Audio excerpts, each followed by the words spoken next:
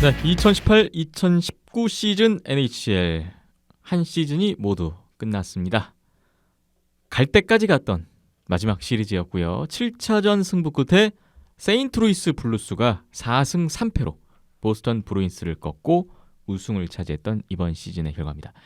저희가 지난주에 4차전까지 중간 리뷰를 한번 했었고요. 오늘 5, 6, 7차전 간단하게 서머리를 하고 이현숙 기자님과 함께 최종적으로 전체 시리즈에 관해서 왜 이렇게 결과가 갈렸는지 이야기를 나눠보겠습니다.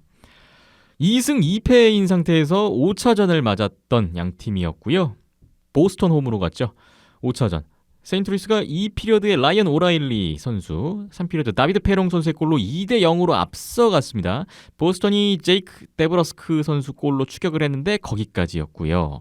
최종 스코어 2대1, 세인트루이스가 원정에서 신승을 거뒀습니다. 조던 비닝턴 선수가 이날도 38세이브 1실점 좋은 활약을 보여줬고 세인트루이스가 3승 2패로 시리즈 한 발 앞서갔던 5차전이었습니다. 6차전 세인트루이스 홈에서 펼쳐졌는데 1피리어드에 보스턴이 브래드 마샨드 선수의 파워플레이 골로 앞서갔고요. 2피리어드까지 1대0 스코어가 유지됩니다. 3피리어드 가서 보스턴이 연속골 넣으면서 3대0으로 벌렸고요. 세인트루이스가 한 골 추격했지만 보스턴이 바로 추가 2득점을 하면서 최종 스코어는 5대1, 보스턴이 대승을 거뒀습니다. 세인트루이스가 홈에서 우승을 못했고요. 보스턴의 투카 라스크 선수 28세이브 1실점 이날 또 빛났습니다. 브래드 마샨드 선수가 골을 넣었다는 거, 또 플레이오프 경기 높은 승률을 자랑하죠. 25승 1패째 승률 이어갔고 거기다 또 파워플레이 골을 넣으니까 또 보스턴이 승리 확률이 또 높아졌던 것 같습니다. 이렇게 해서 3승 3패 양 팀이 7차전까지 갔습니다. 7차전은 다시 보스턴 홈으로 갔는데요. 1피리어드 후반 라이언 오라일리 선수 또 골 터졌고요. 알렉스 피에트란젤로 선수의 골, 세인트루이스가 2대0 1피리어드 리드를 잡았습니다. 세인트루이스가 3피리어드 가서도 브레이든 쉔, 자크 샌포드 선수의 골이 더해지면서 4대0 사실상 승리를 굳혔다고 볼 수가 있었고요. 보스턴이 마지막에 엠티넷 공격에서 한 골을 만회하는데 그쳤습니다. 최종 스코어 4대1 세인트루이스 승리를 했고 조던 비닝턴 선수가 32세이브 1실점 이날 수차례 슈퍼세이브로 7차전 승리에 기여를 했어요. 세인트루이스가 7차전을 잡고 1967년 팀 창단 후 52년 만에 사상 첫 우승을 달성했던 7차전 결과였습니다. 치열했던 시리즈. 그 안에선 여러 가지 일들이 있었는데요. 결국 최종 승자는 세인트루이스 블루스였습니다. 자, 이 결과에 대해서 최종적으로 한번 정리를 해볼까요? 보스턴의 우세를 좀 지셨던 이현숙 기자님이 그렇습니다. 이제 세인트루이스의 승인을 이야기해 주셔야 되는데요. 사실 승인 같은 경우에는 또 지난 주에 제가 언급을 드렸던 이제 경기별로 언급을 드렸던 그런 잘된 부분 같은 부분도 포함해서 들어주셨으면 좋을 것 같고요. 블루스 우승했는데 저는 가장 큰 요인 자체는 패배 수습 능력이 굉장히 뛰어났다라는 게 눈에 돋보였습니다. 그리고 패배 수습 능력엔 당연히 비닝턴 선수도 포함이 되어 있습니다. 이번 시리즈 이제 결승전만 딱 놓고 보죠. 결승전 패배 이후에 임했던 경기가 2차전, 4차전, 7차전이었습니다. 다 이겼죠. 그렇습니다. 다 이겼고요. 그리고 더 놀라운 부분은 2차전과 4차전 같은 경우에는 보스턴을 불과 23개의 슈팅으로 그냥 묶어버렸다라는 부분. 지고 난 다음에 경기력이 확 좋아지는 부분. 이런 부분이 상당히 또 큰 이유가 되지 않았나라고 생각을 합니다. 또 이제 보시면은 경기를 패한 경기에 대한 요인이 있잖아요. 그러니까 왜 이 경기를 졌는지. 예를 들면 뭐 상대방의 사라인에서 대량 실점을 했다라든지 사라인 선수들한테, 그리고 페널티킥이 붕괴가 돼가지고 이제 파워플레이 찬스 4번을 줬는데 여기서 그냥 뭐 4골 다 먹혀서 3차전 결과가 그랬습니다. 그렇죠. 그런데 그 다음 경기에서 그런 모습이 전혀 나오지 않았습니다. 이런 부분이 상당히 좀 의의가 있고, 뭐 물론 보스턴 사라인이 뭐 시리즈 1차전에서 7차전 이제 전체적으로 봤을 때 굉장히 잘했기 때문에 사라인한테서 뭐 골을 허용한 경기가 있긴 있습니다만은 뭐 그래도 그만큼 지금 분위기를 탄 라인을 어떻게 보면은 굉장히 잘 막아냈다라는 부분, 어느 정도 이제 뭐 주건 주지만 이제 뭐 1차전처럼 완전히 대량 실점을 하지 않는다든지 그런 식으로 지난 경기에서의 실수가 되풀이되지 않는 부분이 확실하게 나왔기 때문에 가능했던 승리라고 생각을 합니다. 네. 이게 2차전, 4차전 이야기고요. 그리고 7차전 같은 경우에는 사실은 비닝턴 선수가 없었으면 이길 수 없는 경기라고 저는 아직도 생각을 하고 있습니다. 네. 비닝턴 선수가 이제 1피리어드에 그렇게 많은 슈팅 그리고 굉장히 좋은 찬스에서 한두 골이 났다면 게임 진짜 어려워졌을 거예요. 정말 어려워졌을 겁니다. 그러면서 이제 보스턴이 경기 흐름을 조금씩 이제 잡아가는 부분을 훨씬 더 수월하게 만들 수 있기 때문에 그런데 이번에는 7차전 같은 경우에는 아주 경기력이 좋지는 않았지만은 그래도 비닝턴 선수가 상당히 패배 수습 능력을 상당히 잘 보여주면서 승리를 따낼 수가 있었네요. 네. 앞서도 이야기가 나왔지만 꼴찌였던 팀 상황에서 1월에 등장한 비닝턴의 출연 그리고 활약 이것이 정규리그 이후 그다음에 이번 플레이오프까지 쭉 이어졌는데 결국 비닝턴 선수가 루키 골리로서는 이제 포스트 시즌 최다승 기록까지 또 세웠어요. 뭐 정경기 출장을 해냈었죠. 네. 뭐 한 번 이제 강판이 되긴 했습니다만은 그래도 뭐 그 정도는 굉장히 안정적인 활약이라고 생각을 합니다. 네, 비닝턴 선수가 이번 그 우승에 또 혁혁한 공을 세운 거는 또 당연한 것 같고요. 패배 수습 능력 말씀을 주셨는데 저도 좀 인상적이었던 거는 3차전에 파워플레이 골 4골을 내주고 그 대패를 했는데 4차전 이후에 완전히 수습했던 거. 그러니까 1차전에서 3차전까지 3경기 동안에 보스턴한테 파워플레이 기회를 총 14번을 줬고 6실점을 했어요. 근데 4차전 이후 4경기 동안에는 파워플레이 기회 10번 주고 1실점만 허용했다는 부분. 확실히 그렇죠. 대책이 섰고 대책을 네, 완벽하게 잡아내는 부분이 나왔다는 게 이제 그런 기록에서도 이제 직접적으로 증명이 되는 거고요. 네. 그리고 뭐 이제 이걸 좀 길게 스탠리컵 파이널뿐만 아니라 그냥 플레이오프 전체로 조금 더 길게 보면은 원정에서 기가 막힌 팀이 세인트루이스입니다. 10승 3패였어요 이번 플레이오프에서. 그렇군요. 원정에서 10승 이번에 3패고 원정에서 또 5차전, 7차전 잡고 우승했어요. NHL 이제 뭐 선수들도 그렇고 뭐 GM이라든지 모든 사람이 공감하는 게 원정 경기 진짜 어려운 데가 어디냐라고 하면은 사실 위니펙, 뭐 댈러스, 세너제이, 그 다음에 보스턴 꼭 포함되는 팀들입니다. 네. 뭐 댈러스 정도는 포함되지 않을 수 있습니다만은 위니펙, 세너제이, 보스턴 같은 경우에는 꼭 세인트루이스가 포함이 되는 상대했던 팀들이에요. 팀들 다 들어있네요. 그렇죠. 그런데 이 팀들 원정에서 이 팀들을 상대로 전적이 10승 3패였다라는 부분 역시 블루스의 우승을 좀 뒷받침해주는 기록이 아닌가 싶습니다. 네. 그동안 1라운드부터 이번 파이널까지 쭉 걸어온 과정을 보면 뭐 먼저 이제 시리즈 주도권을 내준 적도 참 많았는데 그 말씀 주신 패배 수습 능력 이번에도 그 안에 내줬잖아요. 비닝턴이 있었고요. 그렇죠. 이걸 또 결국 뒤집고 그 시리즈를 이긴다는 거. 그리고 참 재밌는 게 뭐냐면은 1차전 2대0으로 이기고 있다가 졌습니다. 근데 네. 이번에는 2대0으로 이기는 걸 끝까지 끌고 갔죠. 네. 이런 부분도 또 하나의 요인이라고 할 수 있겠네요. 이번에 또 인상적인 게 이번 플레이오프의 5차전 이후 5, 6, 7차전 승부만 봤을 때 8승 2패 기록을 남겼던 세인트루이스예요. 뒤로 갈수록 그렇습니다. 역시 그 4차전까지의 경기 결과를 토대로 영향이 또 뒤에 긍정적으로 나오는 것 같기도 하고.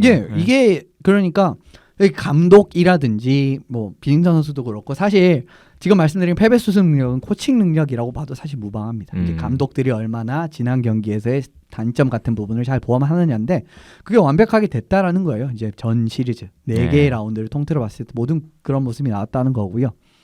결과는 우승이라는 최고의 결과가 나오게 됐네요. 우승까지 갔던 가장 큰 요인으로 패배 수습 능력 조던 비닝턴 선수의 활약 일단 꼽아봤습니다. 또 다른 요인 어떤 게 있을까요? 두 번째, 세 번째 요인은 이제 선수들을 꼽아드리고 싶은데 저는 살아있는 선수들입니다. 또 한 번 강조를 해주십니다. 세인트루이스의 살아인. 바르바쇼프 선수, 순드크비스 선수, 알렉스 스텐 선수입니다. 요 세 선수가 사실 우승의 숨은 공헌자라고 해도 과언이 아닌 선수들이라고 생각을 합니다. 살아있임에도 불구하고요. 이 선수들은 어느 라인과 맞상대를 해도 지지 않을 정도의 힘을 가지고 있다라는 것을 베루비 감독이 세인트루이스가 상승세에 접어들었을 시점에 인터뷰를 했던 기억이 나요. 그런데 그런 모습이 이번 플레이오프에 모두 나왔다라고 할 수가 있을 것 같고 왜 이런 살아인에서의 힘 같은 부분이 중요하다고 하냐면은 세인트루이스가 굉장히 깊이 자원 좋은 팀이라는 부분은 제가 이제 뭐 방송에서 뭐 하덴낫에서 언급을 드린 적이 있었고 뭐 전반적으로 언급이 될 때 뭐 1라인 뭐 조금 뭐 약할 수는 있지만 뭐 사실 1라인도 이번 플레이오프는 그렇게 약하지는 않았습니다. 근데 뭐 2, 3, 4라인에 어느 정도 이상의 기여를 해줄 수 있는 선수들이 많다라는 부분이 강점이었는데 결과적으로 4라인이 뭐 1라인이라든지 2라인을 딱 막아줘 버리니까 매치업이 2, 3, 4라인 뭐 세인트루이스의 1, 2, 3라인이 굉장히 수월한 매치업을 이제 상대들이랑 가져갈 수 있었다는 겁니다. 예. 그렇기 때문에 선수들 깊이 자원이 훌륭한데 상대방의 매치업까지 이득을 가져온다라고 하면 사실 뭐 세인트루이스 쪽으로 무조건 기울 수밖에 없는 양상이 흘러갈 수밖에 없고 이 이유는 4라인의 존재 때문이라고 생각을 합니다. 네.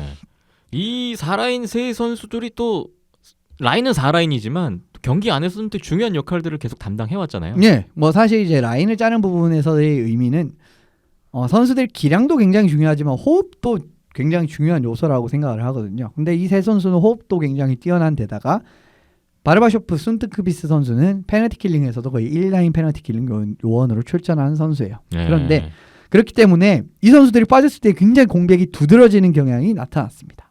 빠졌었죠. 근데 실제로 이번 파이널 2경기를 빠졌습니다. 예. 순드크비스 선수가 3차전에서 빠졌고 바르바쇼프 선수가 6차전에 빠졌는데 결과는 2경기 다 대패를 해버렸죠. 네.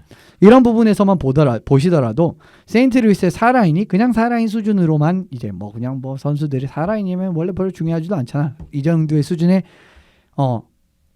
4라인이 아니라는 거. 그리고 사실 플레이오프에 들어서면 들어설수록 4라인은 그렇게 중요하지 않습니다. 이번에 플레이오프 같은 부분은 그러니까 4라인을 강조하지 않는다라고 받아들이시면 좋을 것 같은데 왜 그러냐면요.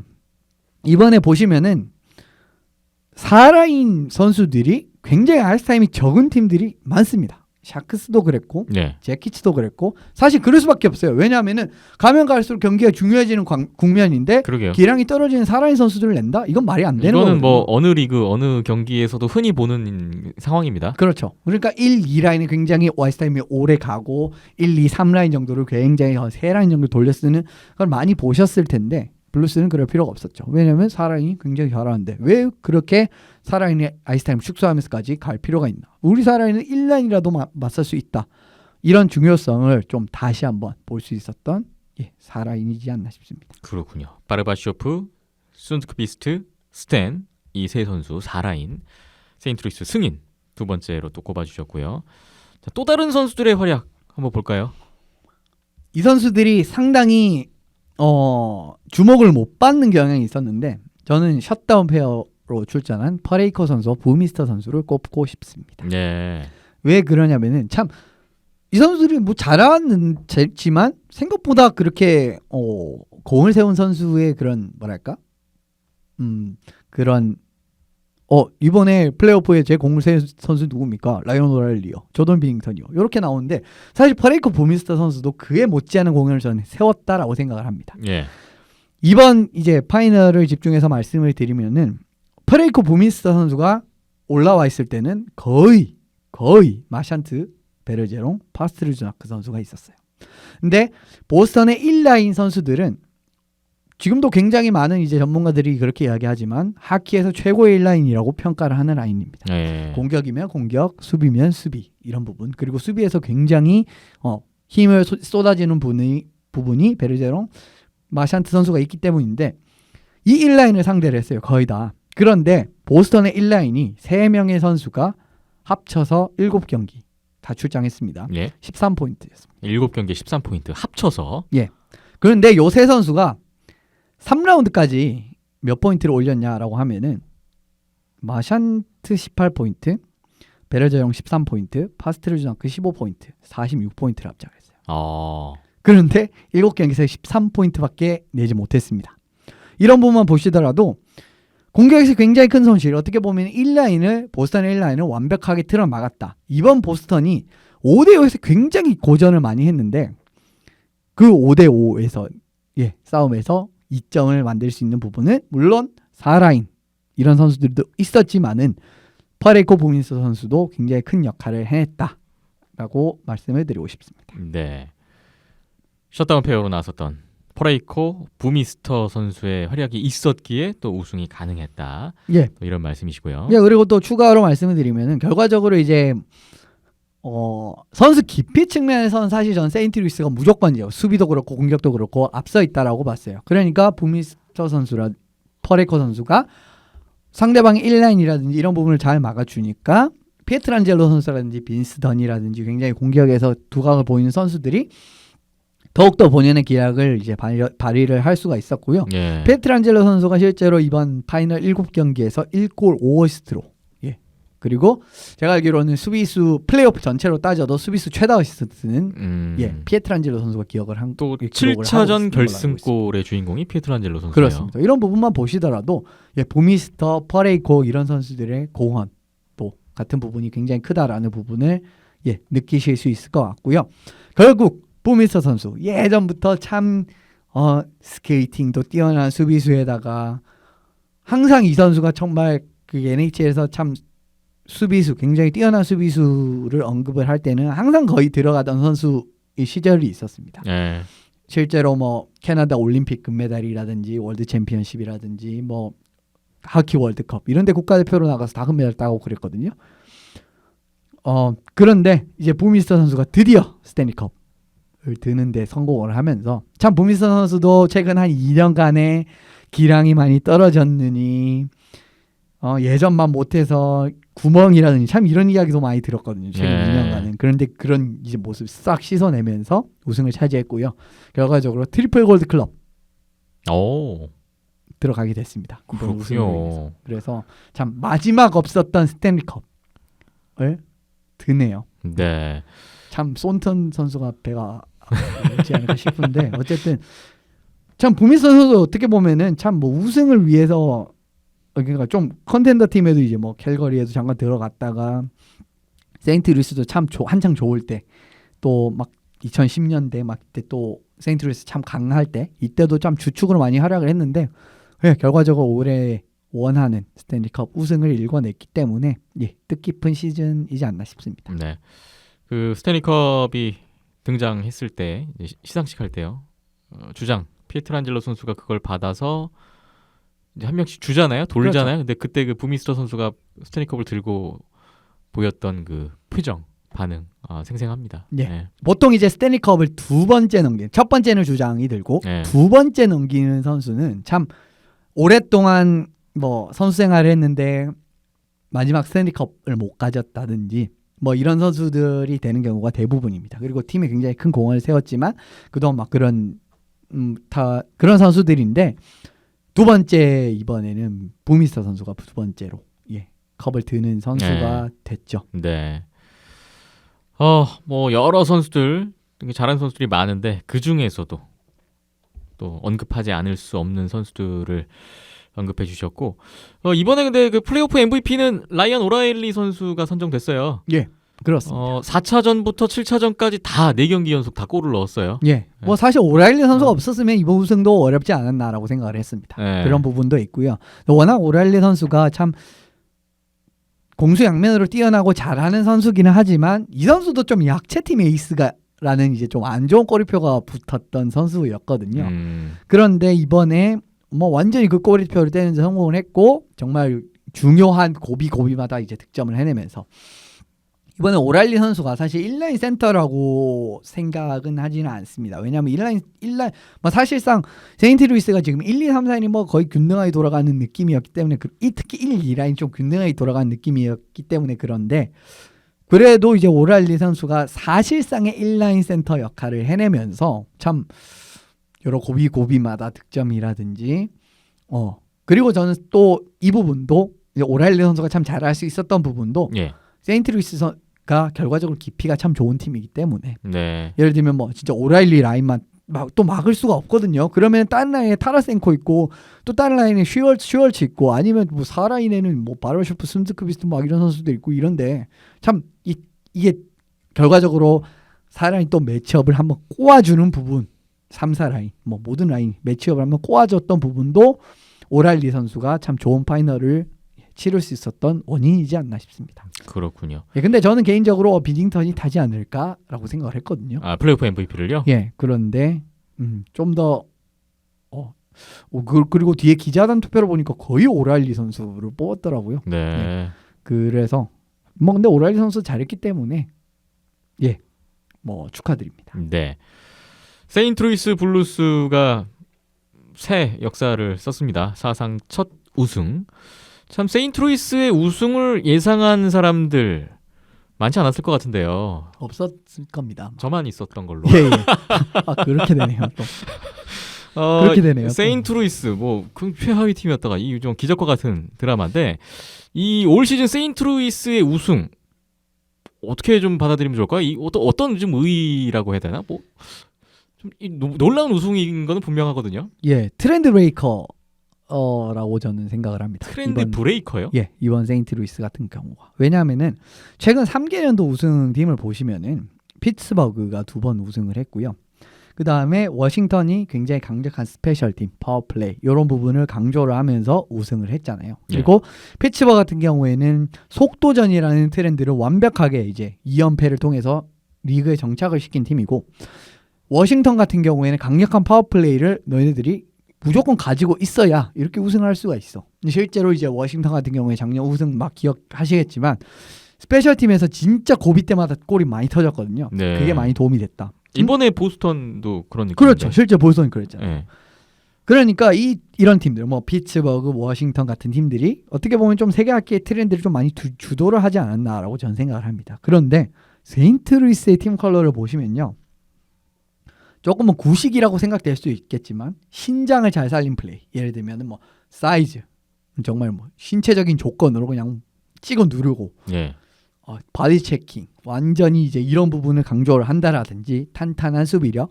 실제로 이번에 플레이오프를 보시면은 참 세인트루이스가 잘 풀어나간 경기를 보시면 세인트루이스의 중립 지역을 쉽게 돌파한 팀들이 거의 없었습니다. 이런 부분도 나와 있었고요. 그러니까 강력한 수비력, 탄탄한 수비력이죠. 그리고 4라인에서의 매치업. 어떻게 보면 체킹 라인에서 이렇게 매치업을 강조를 해가지고 강력한 체킹 라인의 힘으로 이겼던 게 거의 한 13년 전에 이제 애나하임이 오타와를 결승에서 딱 잡아낼 때 이런 느낌으로 우승을 했었던 적이 있었습니다. 네. 강력한 체킹 라인이 완전히 딱 다 틀어맞고 나머지에서 터지는 우승을 하는 그런 게 있었고요. 그리고 5대5 상황에서의 강점. 스페셜 팀이 아니라 5대5에서. 결국 하키는 5대5 많이 한 게임이잖아. 예. 이런 부분을 뭐 볼 수도 있었던 부분일 수도 있는데 이런 강점. 신장을 살린 플레이, 탄탄한 수비력, 5대5에서 강점. 이런 부분.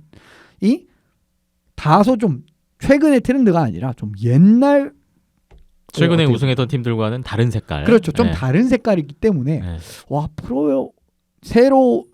근데 제 생각에는 이게 새로운 트렌드가 또 될까요? 아니요. 그럴 것 같지는 않아요. 그럴 것 같지는 않아요. 그럴 것 같지 않기 때문에 이번엔 진짜 트렌드 브레이커라는 이름을 제가 세인트루이스한테 붙인 이유고요.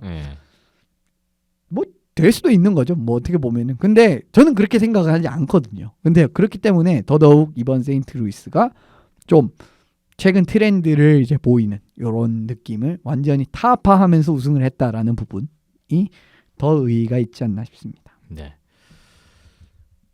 파이널 총 정리를 한번 해봤습니다. 세인트루이스가 어떻게 우승까지 이르게 되었는지. 네, 오늘 준비한 내용은 여기까지고요. 이렇게 해서 한 시즌 또 다 끝났습니다. 4개월 동안 이제 어떻게 지내야 되나 또 걱정이 큰데 2018-2019 시즌 올 시즌 NHL 한 말씀 감상평이라고 해야 될까요? 총평이라고 해야 될까요? 어떻게 느끼셨어요? 경기 자체가 참 뭐랄까 이런저런 이야기가 참 많이 나왔던 것 같아요. 특히 이제 플레이오프가 그렇다라고 할 수가 있는데 기억에 남을 플레이오프가 될 것 같습니다. 예. 디비전 우승팀들이 줄줄이 다 떨어지고 이게 참 결승은 그렇게 재미없었어요. 그러니까 동서부 결승. 네. 근데 이제 스탠리컵 결승 같은 경우에 참 여러 이야기가 많이 얽혔고 이런 부분이 있었고요. 그리고 정규 시즌 같은 경우에도 참 기억에 남을 만한 어떻게 보면 세인트루이스가 또 주인공이라고 할 수가 있는데 이런 부분의 이야기가 있었고 이제 플레이오프 같은 경우에는 최강 팀이 이제 주르르르륵 다 이제 미끄러지면서 야 이거 큰일 났다. 참 사무 걱정할 필요 없지만 이 NHL 플레이오프 제도에 대해서 또 그렇죠. 여러 가지 얘기가 나오고 있는 것 같아요. 많은 이야기가 나올 수밖에 없고요. 이게 제대로 돌아가는 플레이오프냐? 예, 그럴 수밖에 없다라고 할 수가 있을 것 같고요. 참 돌이켜 보면은 이번에 플레이오프 같은 경우에는 시작과 끝이 좀 세지 않나. 네. 시작은 템파베이 그냥 우수수부터 광탈. 시작을 해서 참 1라운드에 이변도 많이 나왔고, 근데 이제 결승 같은 경우에는 참 오랫동안 우승을 하지 못한 팀이 결국 우승을 했고, 최초로 우승을 했고, 네. 꼴찌였던 팀이 또 우승을 했고, 여러 가지 이런 의미가 있고요. 그리고 또 복수죠, 이번에는. 예. 복수. 1970년에 대한 복수. 예, 그때가 네. 시원하게 아주 스윕을 당하면서 참 갑갑한 세인트루이스가 결과적으로 그것도 네. 보스턴에서. 보스턴을 상대로 네. 그 TD 가든에서 또 적재에서 깃발을 딱 꽂아버리면서 네. 예, 참 굉장히 의미가 있었고요. 결과적으로 보니까 제일 많이 본 최근 이제 NHL 시청률이라든지 이런 부분에서도 제일 올해가 많이 봤다는 고 하더라고요. 그래요? 예, 뭐 전 좀 걱정을 했습니다만은 네. 결과적으로 이제 파이널 대진이 세인트루이스와 보스턴이라는 굉장히 어떻게 보면 하키가 좀 스토리 라인이 있는 또 두 결승 대진이잖아요. 네. 또 그런 부분에서도 의의가 있는 것 같고요. 예, 뭐 참 재밌다고 하면은 재미있었고, 어떻게 보면은 인기 팀들이 좀 초반에 우장탕탕 탈락을 하는 바람에 재미없다고 하면은 또 뭐 재미없다라고 생각할 수 있었던 이번 시즌이지 않나 싶습니다. 특히 네. 플레이오프요. 예상 밖의 결과들이 속출하면서 뭐 스포츠의 묘미, 또 뭐 플레이오프의 의외성, 뭐 이런 것들을 또 더 느낄 수 있었던 이번 시즌이 아니었나 싶습니다. 저 잠시 휴식기를 가졌다가 새로운 시즌이 시작될 텐데요. 그 사이에 뭐 많은 이야기들이 또 오갈 겁니다. 이야기는 계속 생산될 거니까. 예, 뭐 곧 네. 이제 드래프트가 있고 결과적으로 벌써부터 지금 이적설에 휘말리는 선수들이 있고 네. 7월 1일 또 자유계약이 있기 때문에 뭐 아직까지는 뭐 긴장을 놓을 수 없는 이런, 그래도 아직까지는 여름이라고 해서 이야기가 없지는 않는. 그런 것들로 허함을 좀 달래봐야 될 것 예, 같네요. 근데 뭐 자유계약 끝나면 또 한동안은 또 좀 조용하지 않을까 싶습니다. 네. 다음 시즌 NHL 또 기대를 해 보면서 기다려 보겠습니다.